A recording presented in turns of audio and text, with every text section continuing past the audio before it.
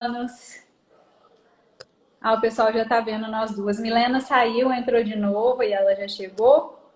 Vamos aguardar ela, ver se a gente consegue uma conexão melhor.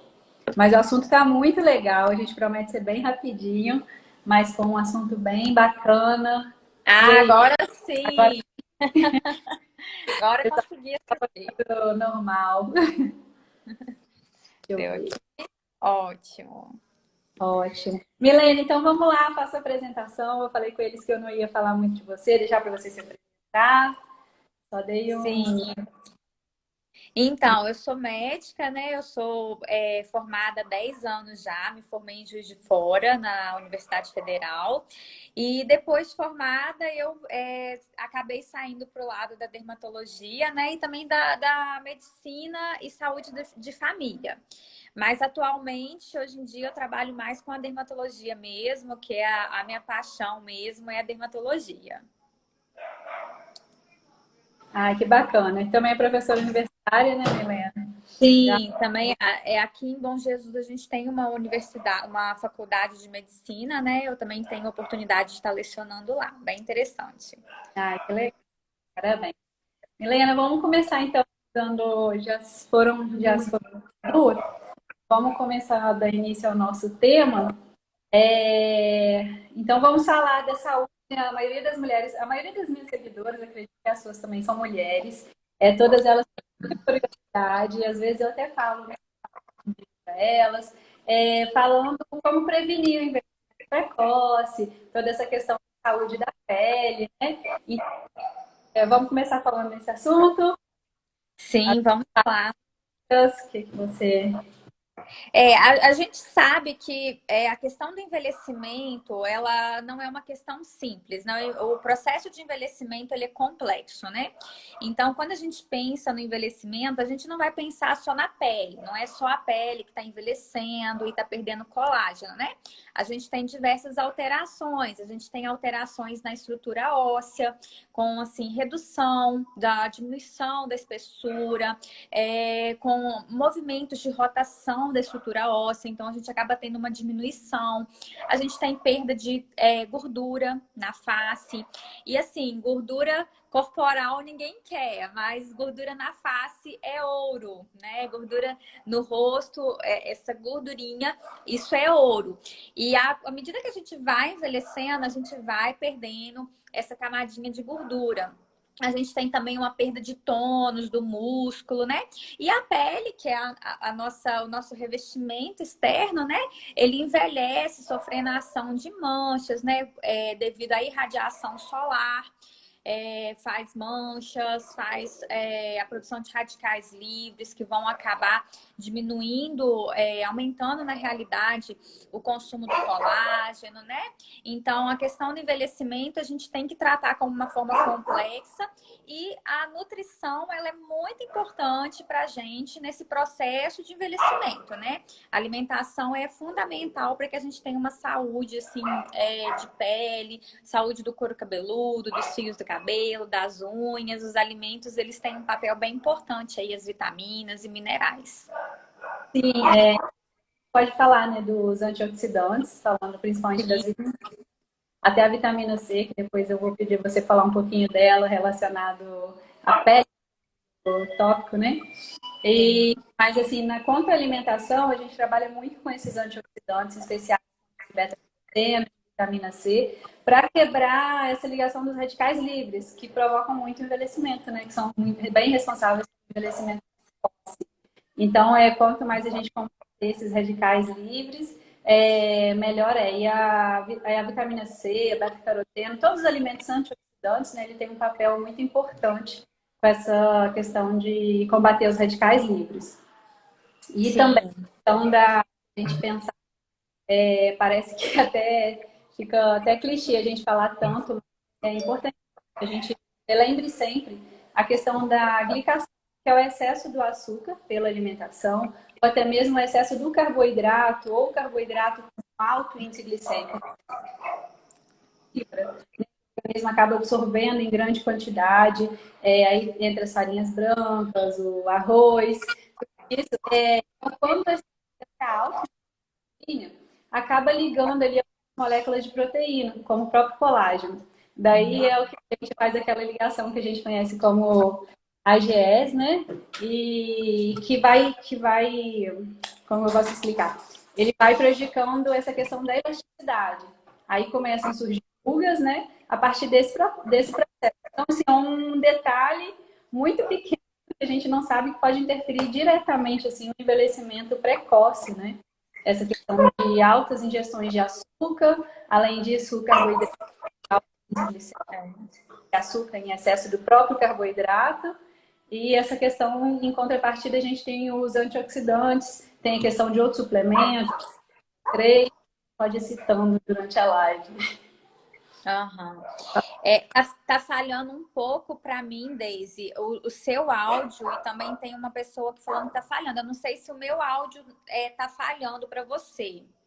Não, seu áudio tá normal. Tá. Tem pessoa realmente falando aqui que tá falhando. O pessoal da Isso, usa aí, eu não sei se é só para alguns, para Milena. Para mim tá normal aqui. tá, Aí na internet tá full, tá cheio. Mas vocês tá. vão Então vamos lá. falando pra gente. Até onde você escutou, Milena? Não, eu escutei tudo. Só tá falhando um pouquinho e teve mais uma pessoa aqui falando.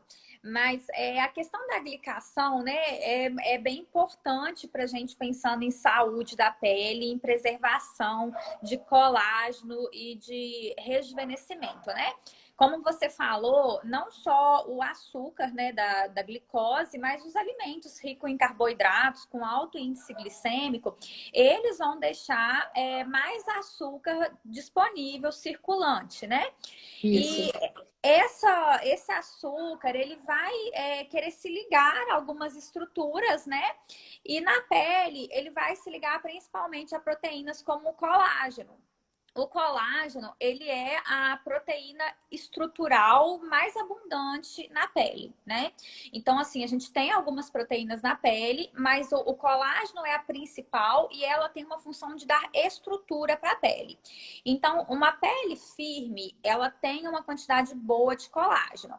Uma pele flácida, de um paciente mais velho, uma pessoa mais velha, ela tem uma diminuição de colágeno, né? E a gente sabe que a gente produz o colágeno e à medida que a gente vai envelhecendo, vai diminuindo essa produção. Isso ocorre mais ou menos por volta de 25 anos, tá? É um pouco individual, a gente tem pacientes que têm uma genética diferente, têm um estilo de vida que talvez vão retardar um pouco, tá? Mas normalmente, por volta de 25 anos, a gente começa a ter uma diminuição dessa produção endógena do colágeno. E aí a pele começa a ficar flácida. E a gente começa a perder, diminuir 1% ao ano da nossa produção de colágeno. Então, quando a gente está com 60, 70 anos, a gente realmente está com uma produção bem baixa de colágeno. E aí a gente pode depois até falar um pouquinho de suplementação. Mas só para a gente fechar o gancho da glicação, né? Esses alimentos com alto índice glicêmico, eles vão liberar muito açúcar circulante, né? Ele vai se ligar com o colágeno e aí ele vai quebrar essa proteína, danificar. E aí a gente tem uma diminuição de colágeno na pele. Então, o consumo moderado de açúcar e de alimentos com alto índice glicêmico, né? Ele é favorável, né, à pele. O consumo excessivo, ele vai prejudicar, ele vai envelhecer mais. O paciente que consome muito açúcar, ele tem uma tendência a ter uma pele mais flácida. Exato, mais fácil. Para a mulher em especial, né, a gente sabe que ela reduz essa tanto a absorção quanto a produção endógena, né, a partir dos 25 anos. Então, nós mulheres temos que ficar mais atentas ainda.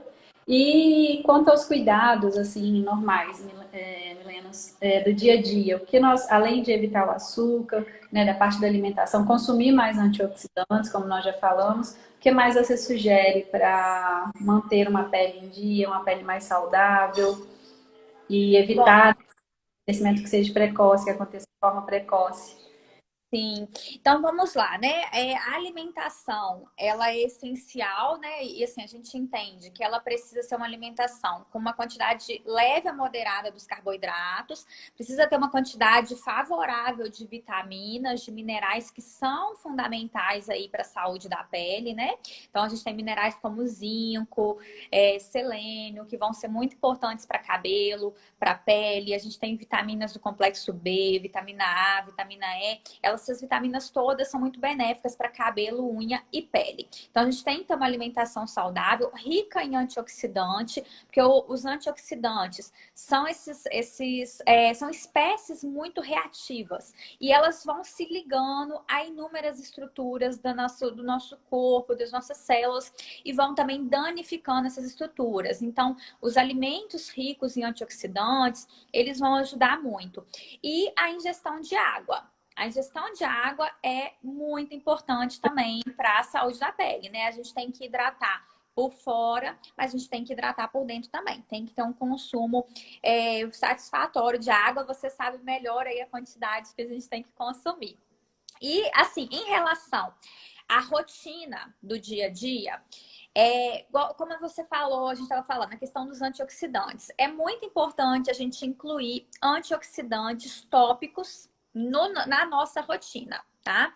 Então, assim, a rotina básica, uma pessoa que não gosta muito de gastar muito tempo com skincare, porque a gente tem perfis variados de pacientes. A gente tem paciente que gosta de aplicar 10 cremes de manhã e pacientes que querem uma rotina mais enxuta, né? Mas então, assim, pensando numa rotina enxuta, a gente precisa ter uma higienização com um sabonete, um gel de limpeza.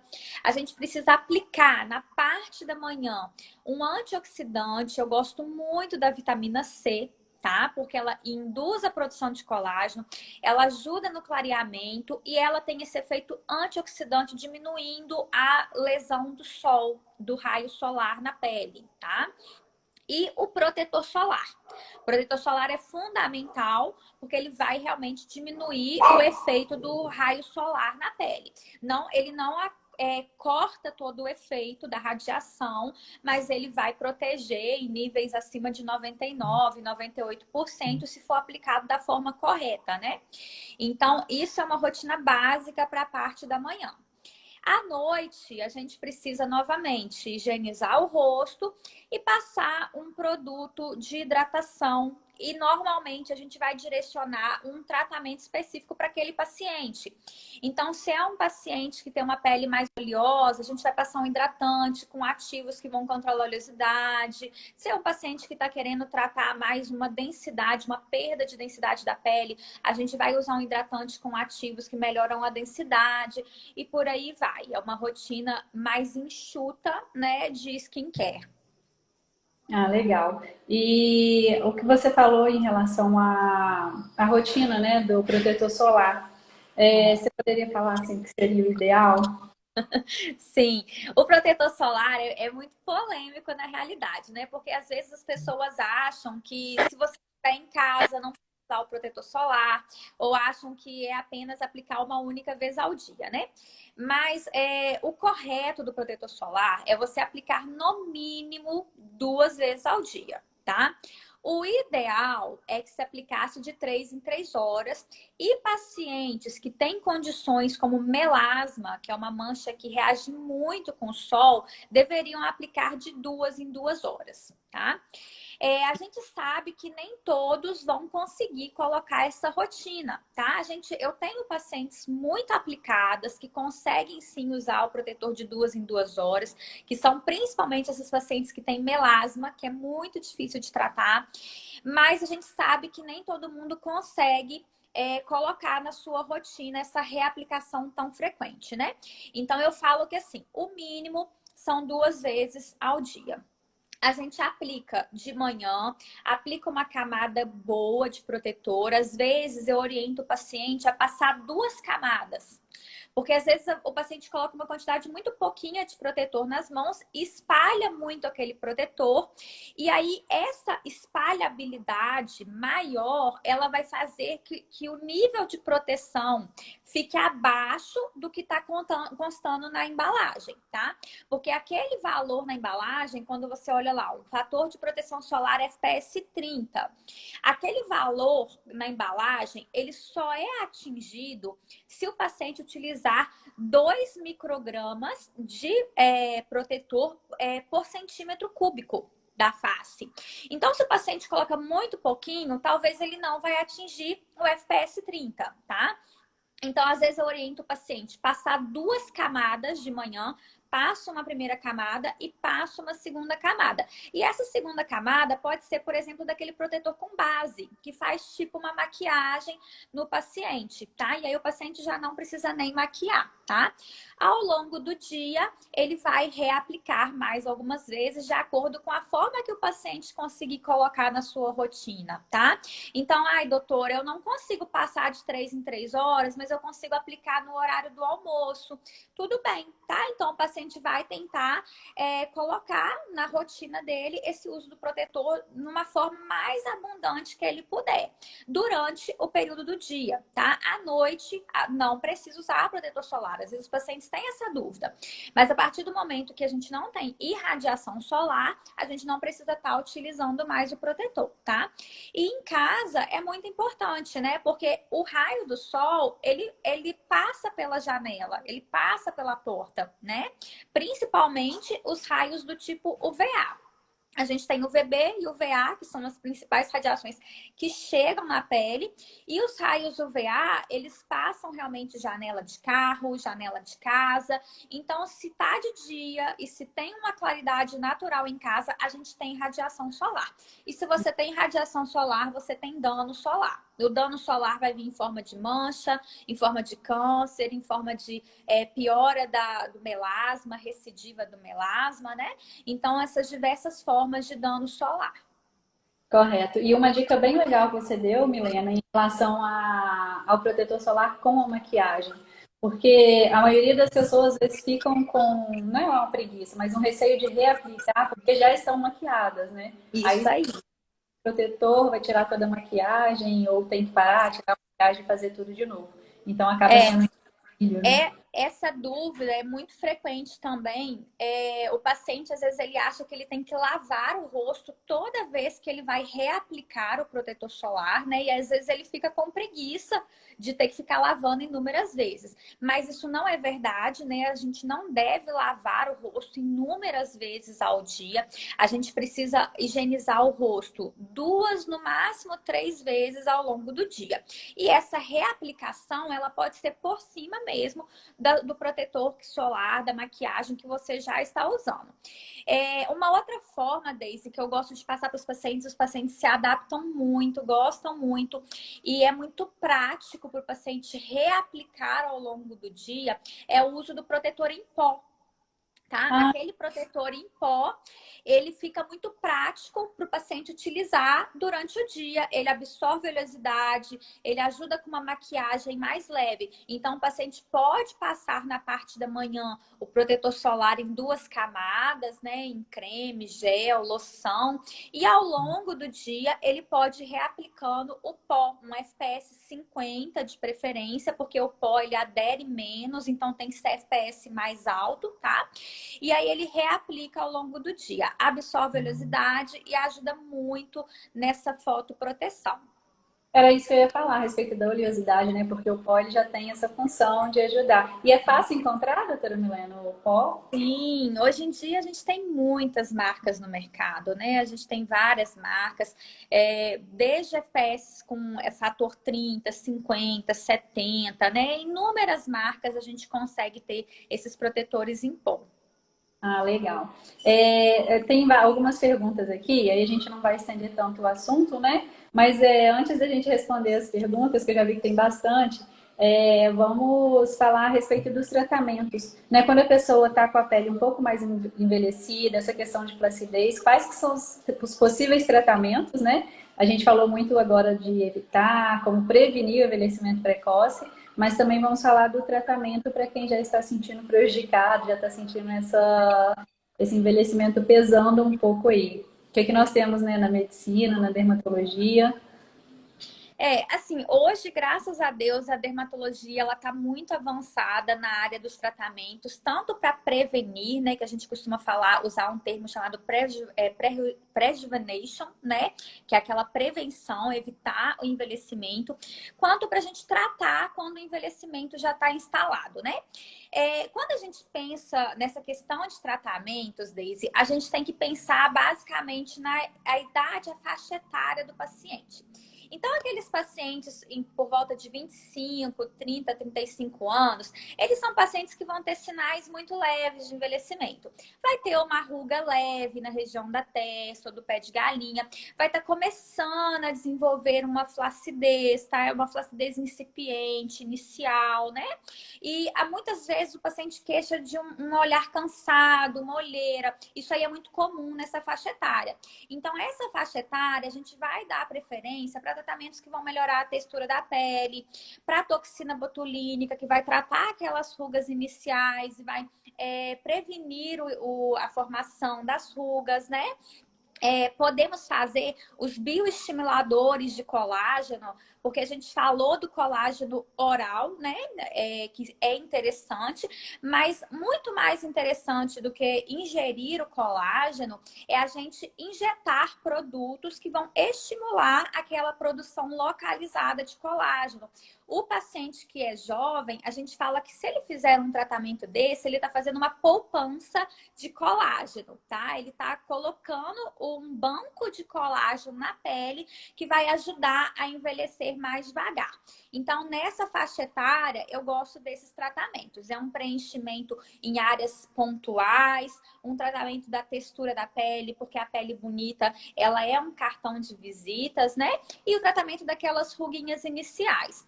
Quando a gente já vai para uma faixa etária de 40, 50 anos, aí os tratamentos têm que ser mais intensivos ainda.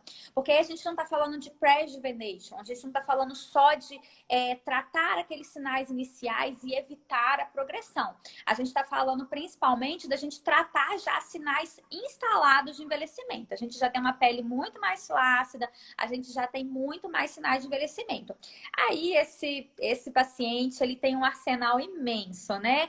Ele tem ultrassom microfocado, ele tem Sculptra, Radiesse, que são esses bioestimuladores, preenchimento, pontos de preenchimento que vão fazer efeito de lifting, pontos de preenchimento que vão tratar a perda de volume, né? Como eu falei, a gente perde gordura no rosto, né? Gordura no rosto é ouro. Quando a gente vai envelhecendo, perde mesmo. A mulher, então, ainda tem uma característica diferencial, porque a mulher ela tem alterações hormonais ao longo da vida que vão interferir muito na flacidez, nessa gordura abaixo da pele.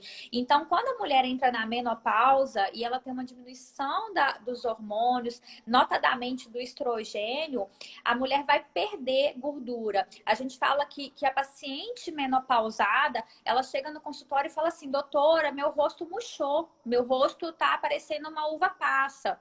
Porque realmente essa deficiência de estrogênio, ela vai diminuir a gordura e a paciente fica seca, ela perde muito essa gordurinha. Além de deixar a pele mais seca, mais perda de colágeno, né? Então, essa faixa etária, a gente vai ter que tratar de uma forma mais intensiva, vai usar preenchimento em maior quantidade, vai fazer tratamentos com bioestimulador de colágeno em mais sessões, lasers, essa sequência toda de tratamentos. Ah, bacana, muito legal. Saber até que existe, né, esses tratamentos também, porque acaba sendo um recurso, né, para quando a pessoa não consegue prevenir, porque tudo isso também, igual você falou, a questão do hormônio, né, o Sim. endocrinologista, fazer reposição também hormonal, para ir tratando e depois ficar uns sinais menores, né? Tem como ter Isso esse. aí. Mas Para prevenir é sempre melhor, né? Você ter uma dieta saudável, rica em antioxidantes, você está prevenindo. Você alimentar uma alimentação farta em proteínas, você está prevenindo perda de colágeno. Então, assim, prevenir é a chave, né? Quando a pessoa já está numa determinada idade, a gente tem que preocupar em tratar os sinais já instalados, mas a prevenção é muito importante. com certeza. Então vamos lá. Vamos responder algumas perguntas aqui, Milena? Pode. Ó, a live está ótima, duas profissionais diferenciadas. Obrigada, Paula. Obrigada, doutora Paula, Paula e Paula. Boa noite, estão arrasando. Vamos lá ver mais. Ah, eles estão perguntando em relação ao valor desse protetor solar que você disse do pó. Se tem uma noção de valores, se é acessível. Os valores, eles são muito variáveis, Deise. A gente tem marcas que vão cobrar mais caro, marcas que vão cobrar mais em conta. Normalmente, você vai conseguir no mercado um protetor solar SPS 50 em pó, você pode conseguir aí numa faixa entre 80 a 140 reais, tá? 80, as marcas que são mais econômicas, 70 reais, 80 reais. E as marcas que vão ser marcas mais conceituadas ou que vendem para um público que paga mais caro, vai sair por volta de 140, 150. Não, mais ou menos uma faixa assim, tá?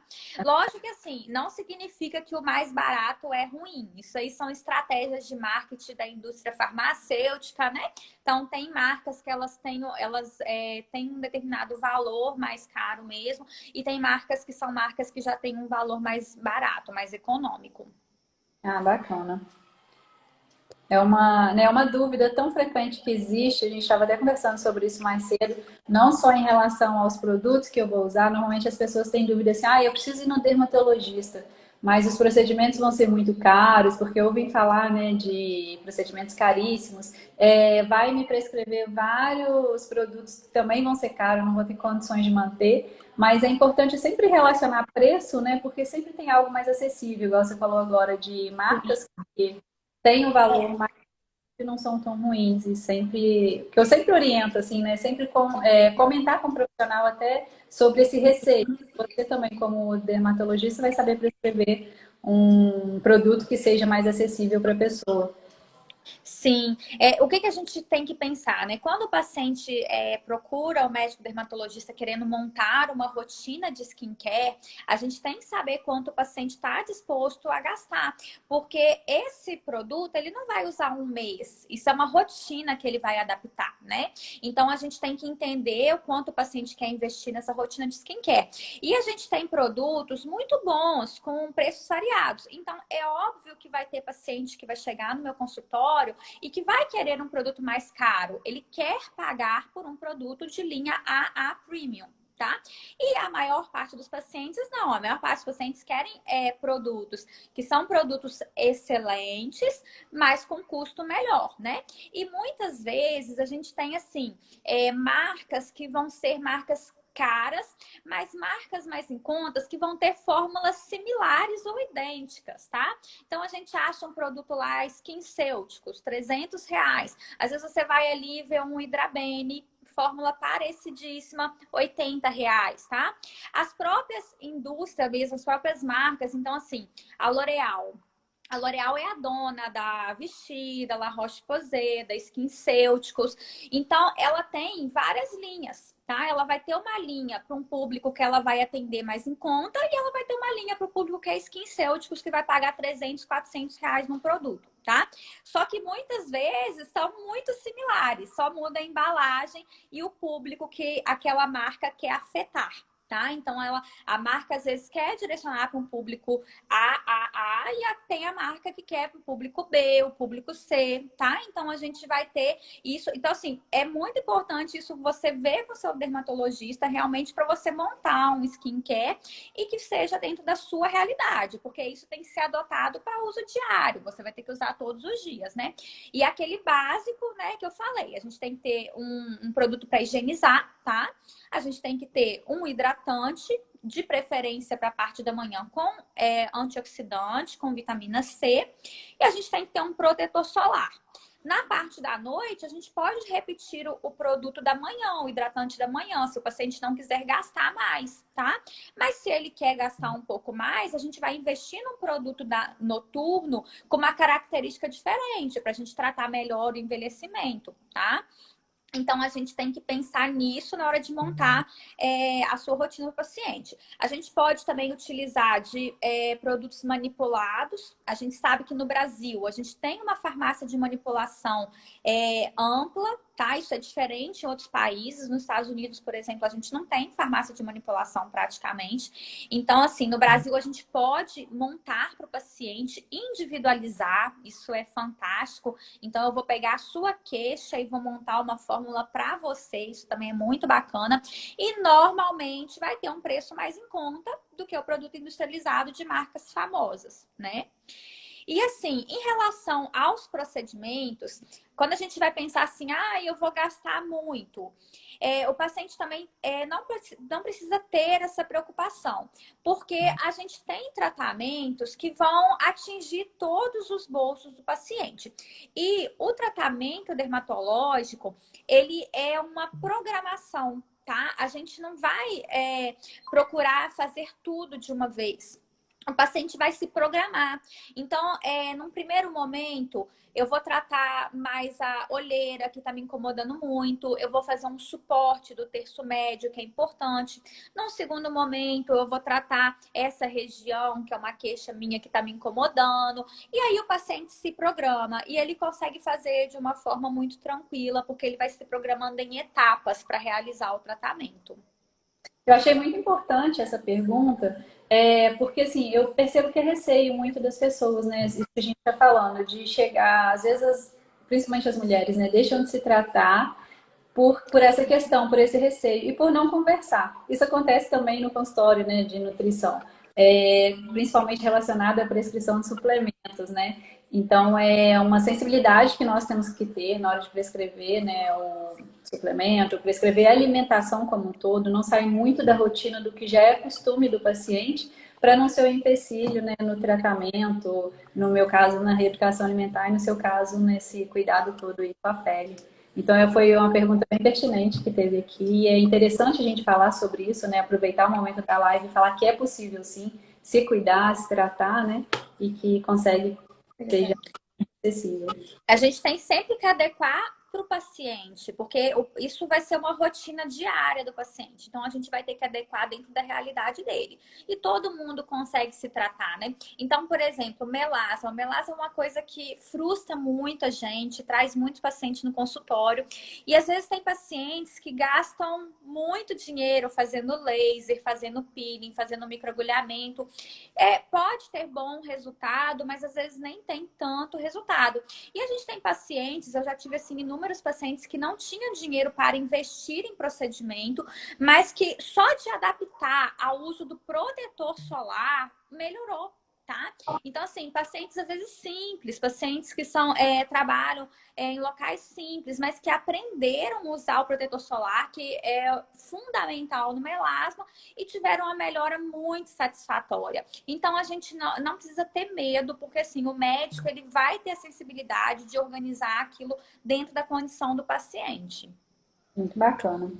A outra pergunta é: à noite, estudando com o PC ligado, também precisa usar o protetor solar?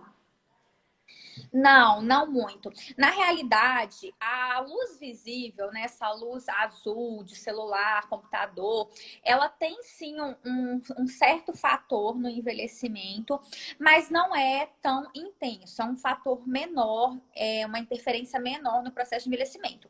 O ideal é que o paciente à noite ele passe um produto hidratante que tenha ativos antioxidantes, ativos antipoluição, ativos que vão ajudar no tratamento da pele. Então, só isso já é o suficiente, tá?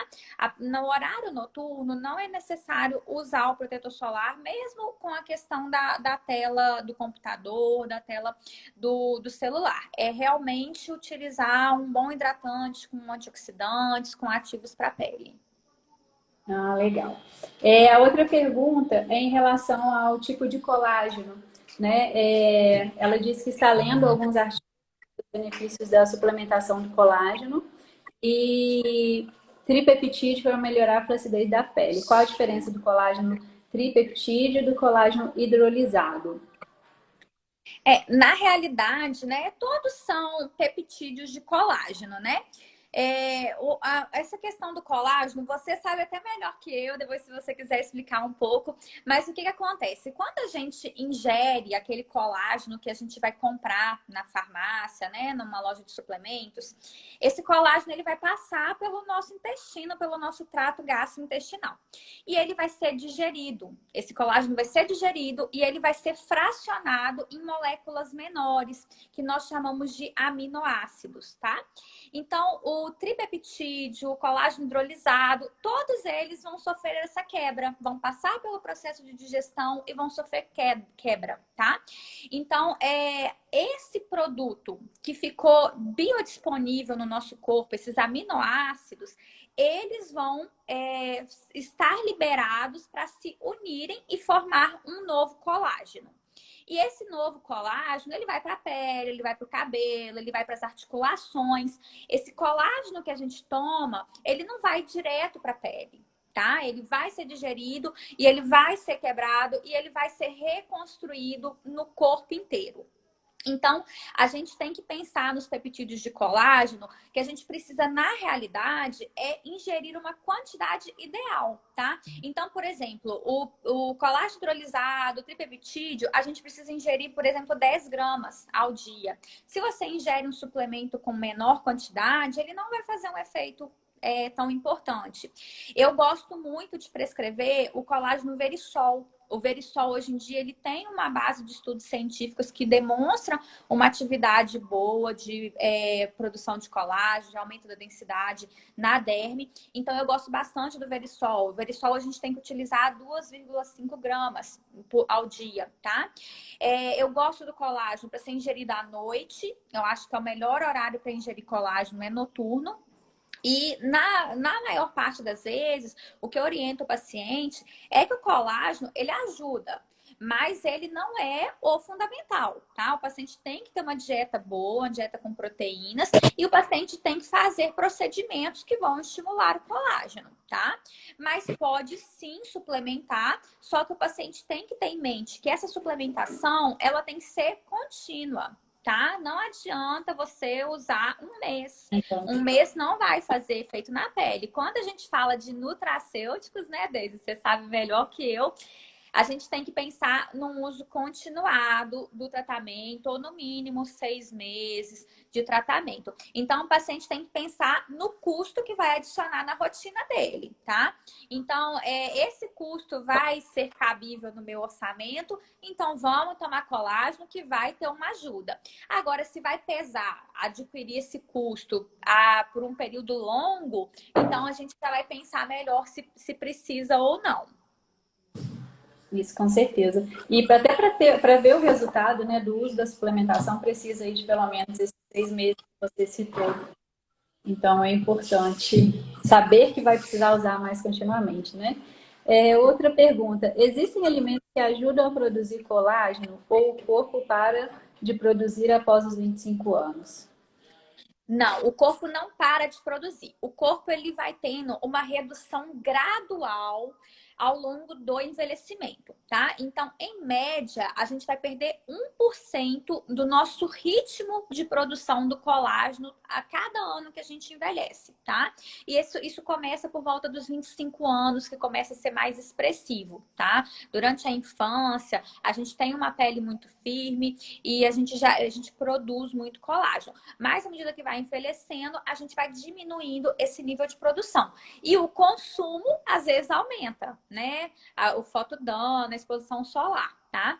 Mas em relação à alimentação, a gente precisa sim alimentar de uma forma melhor, que vai ajudar a produção de colágeno. E aí é muito importante a ingestão de proteínas, e não só a ingestão de proteínas, mas de algumas vitaminas e minerais que vão ajudar essa formação de colágeno, tá? Então, se a gente não ingerir vitamina C, por exemplo, se a gente não ingerir zinco, a gente não vai conseguir ajudar o corpo a formar esse colágeno. Então, é muito importante que o paciente faça a ingestão ou de alimentos, né, que vão conter bastante vitamina C e vão conter bastante zinco, ou então fazer a suplementação com o nutracêutico, né? Então, vamos montar e não consigo fazer a dieta suficiente, entra com um nutracêutico, né? Exato. E em contrapartida também a gente tem aqueles que vão ajudar a melhorar, né? Você até citou que a vitamina C, os antioxidantes, a reduzir os radicais livres, que também muito prejudicam. E a questão do açúcar, que a gente falou lá no início, até que eu acho que me perguntou, não estava, em relação ao excesso de açúcar, que acaba formando essa glicação, que reduz bastante a produção endógena, né, do colágeno também, por causa de ligações comuns que acontecem fisiologicamente. E destrói, né? Ele pega aquela fibra de colágeno e destrói ela também. Então, além dele prejudicar a produção, ele também danifica o colágeno que já está na estrutura da pele, né? Isso. É uma outra pergunta aqui: alimentos bons para serem cortados da alimentação de vez. Me fala alguns. Açúcar. Refrigerante.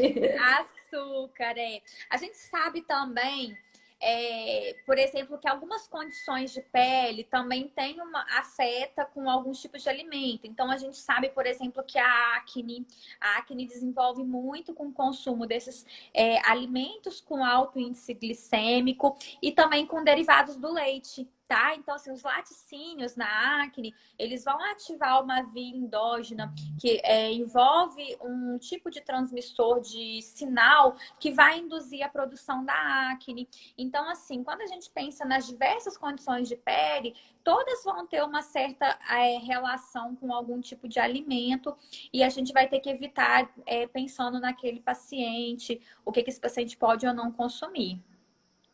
Legal.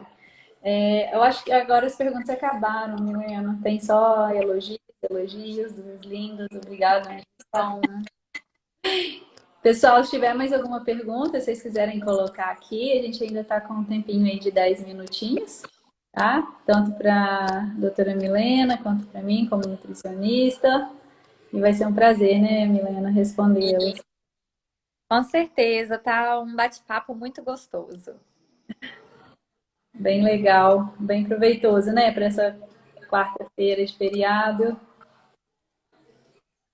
Vamos lá. A Analice tá ali, aí Chuchu Uma das mandou perguntas um dela, beijo. ela que Oi? mandou.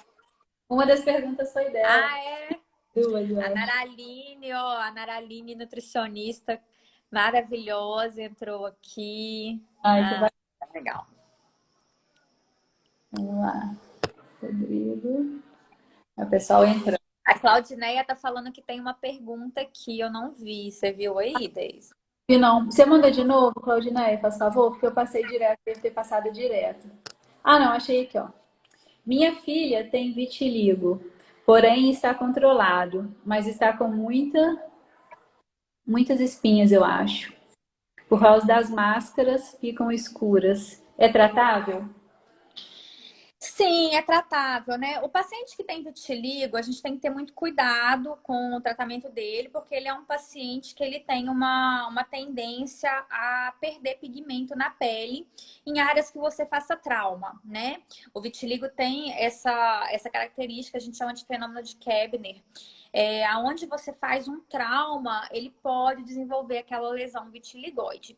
Então, a gente tem que ter muito cuidado com a pele para a gente não causar nenhum tipo de traumatismo. Mas tem sim tratamento. Então, a gente vai ter tratamento oral, com antibióticos, a gente vai ter ácidos que a gente vai poder utilizar, sempre avaliando essa sensibilidade do paciente. Então, tem tratamento sim. E, assim, é importante a gente falar que essa questão da acne nesse período de pandemia está, assim, muito presente, né? Infelizmente, a gente tem esse tipo de acne, né? Uma variação da acne, que é pela questão da máscara, porque as máscaras, elas criam aquele microambiente que fica úmido, fica abafado, né? E muitas vezes, quando ela está apertada, ela pode ocluir alguns ósseos foliculares e ela acaba realmente aumentando a acne. Outra questão importante é que às vezes o paciente não troca a máscara com frequência. E aí aquilo vai acumulando bactérias, tá? E a acne, ela tem uma bactéria na sua formação. Ela tem uma infecção bacteriana. Então, a gente um volume muito grande de pacientes que vêm diariamente ao consultório com acne devido às máscaras nessa questão desse momento que a gente está vivendo pela pandemia. Então, assim, a minha orientação é procurar o médico, porque muitas vezes vai ter que usar um medicamento oral, tá? Mas, assim, já de antemão, eu já oriento para o paciente que precisa utilizar a máscara de preferência de algodão, se a profissão, a exposição daquele paciente profissional permitir. De preferência, a máscara de algodão, que vai ventilar mais, vai diminuir a umidade, né? E trocar essa máscara com frequência, tá? Lavar essa máscara se ela for reutilizável, porque se ela ficar realmente por períodos longos, ela vai estimular a produção da acne nessa região aqui da máscara. E aí procura o médico que tem tratamento, tá? Tem tratamento para melhorar, mas também tem como prevenir dessa forma que eu expliquei. Ah, muito bom. Excelente, excelente dica, principalmente essa de trocar a máscara, né, para evitar esse excesso. Muito bom. Tem uma outra pergunta, eu acho que vai ter que ser a última após o nosso horário, senão a live vai acabar caindo. O pessoal elogiando, está gostando do conteúdo. Mas vamos lá. Ingerir alimentos como essas vitaminas durante muito tempo, o corpo se adapta ou não?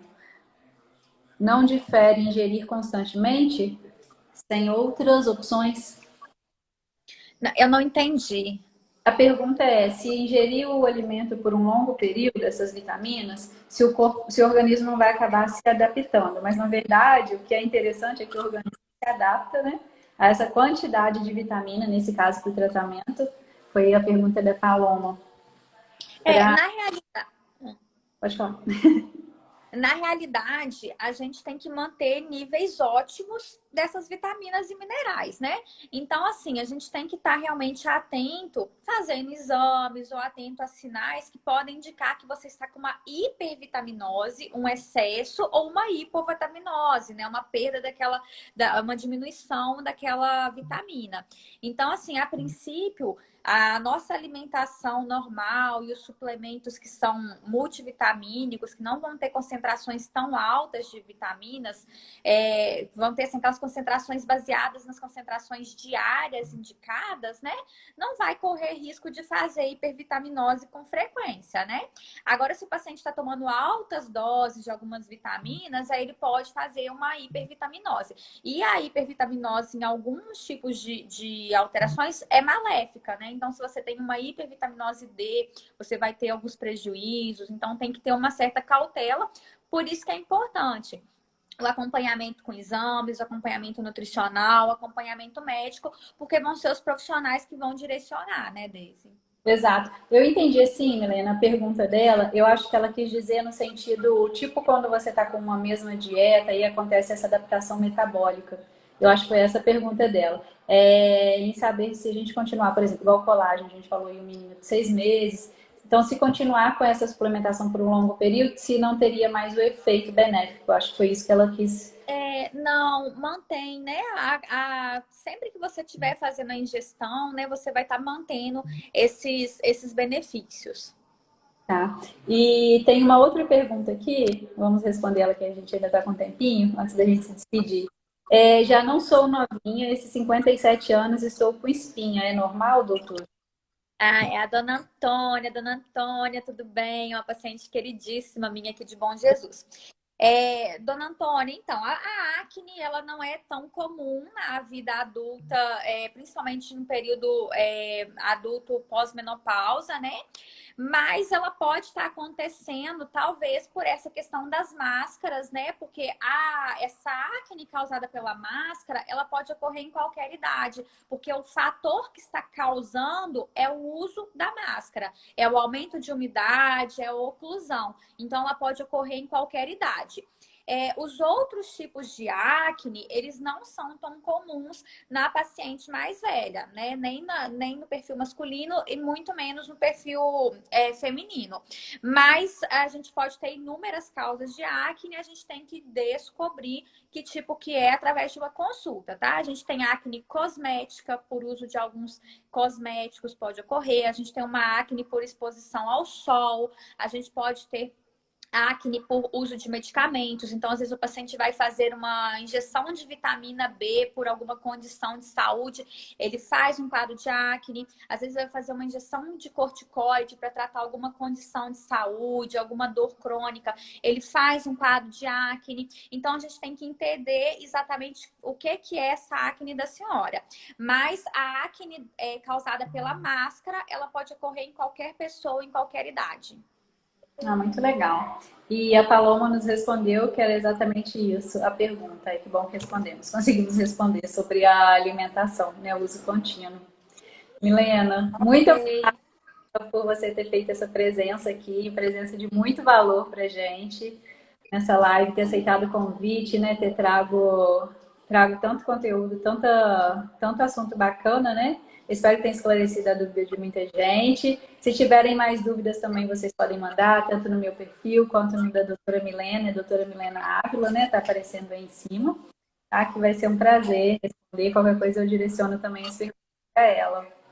Eu adorei, eu agradeço o convite, sou muito fã do seu trabalho, fiquei muito feliz de poder também, assim, estar contribuindo um pouco aqui com essas dúvidas de dia a dia, principalmente essas dúvidas relacionadas aí à mudança dos nossos estilos de vida por conta da pandemia.